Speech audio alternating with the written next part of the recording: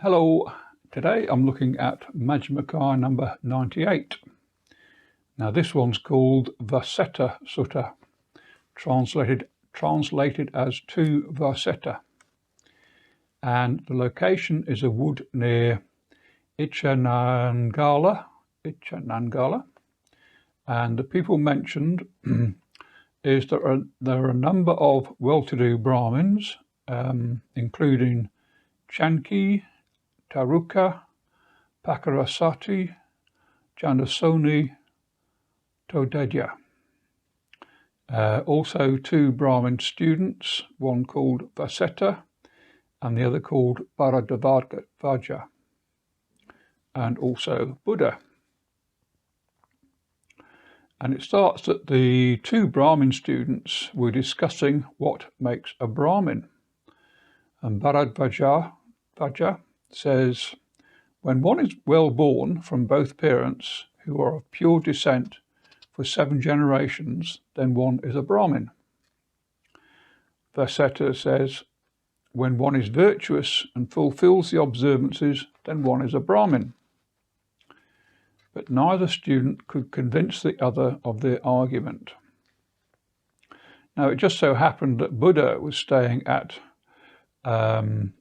Ichanangala, close by to where the Brahmins and the students were.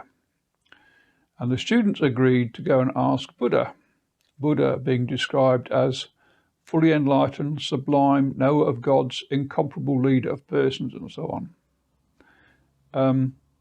But just as an aside, it begs the question is, why are they going to Buddha when there's so many senior Brahmins locally? So that's probably a bit of a subplot there.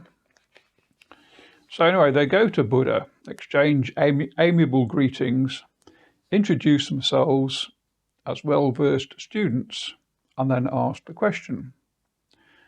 Bharadvaja holds the view that one is a Brahmin by birth. Vasettha holds the view that one is a Brahmin by action. So how should we recognize a Brahmin? Now, Buddha's response is by way of verse, which I'll try to summarize as follows. I'll teach you in order as they actually are, the generic divisions of the living, for there are many kinds of birth. First, there are grasses and trees, although they lack self-awareness. Next comes moths, butterflies, and so on, through to ants and termites. Then the 4-legged beasts, large and small. Those without legs, snakes in all their forms. Also in the liquid world, the fishes. Next, know the birds that live in the sky. In all of these species, the differences of birth make this distinctive mark in their appearances. With humans, no differences of birth make a distinctive mark upon them. All humans have hair, ears, eyes, mouth, nose, lips, brows, shoulders, neck, belly, back, buttocks, genitals, hands, feet, nails, knees, thighs, colour, voice.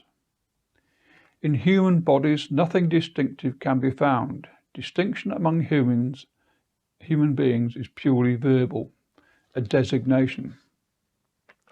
So I take from this that Buddha is saying, from outward appearances of a person, it is not possible to tell what caste or social class they belong to.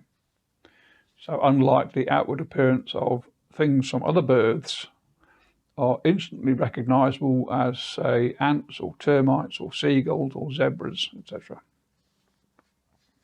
So Buddha continues, the person who makes his living by agriculture is called a farmer. Now he is not a Brahmin. The person who makes his living with crafts is called a craftsman, and he is not a Brahmin. The person who makes his living by trading is called a merchant. He is not a Brahmin. The person who makes his living by serving is called a servant, and he is not a Brahmin. The person who makes his living by stealing is called a robber. He is not a Brahmin. The person who makes his living by archery is called a soldier. He is not a Brahmin. The person who makes his living by priestly craft is called a chaplain. He is not a Brahmin. The person who governs men is called a ruler. he is not a Brahmin. So I don't call a person a Brahmin because of his origin or lineage, and if impediments lurk in him, he is not a true Brahmin. But he who is unimpeded and clings no more, he is the one I call a Brahmin. He who has cut off all the fetters, not shaken by anguish, overcome all ties and is detached, he is a Brahmin. And he who has cut all straps and thongs, reins and bridle, he is a Brahmin. He who endures without a trace of hate, abuse, violence and bondage with the strength of patience, he is the one I call a Brahmin. Who does not flare up with anger, is dutiful, virtuous, humble and subdued, he is the one I call a Brahmin. Who does not cling to sensual pleasures, who knows within himself the destruction of discontent, who with deep understanding can tell the right path and has attained the supreme goal.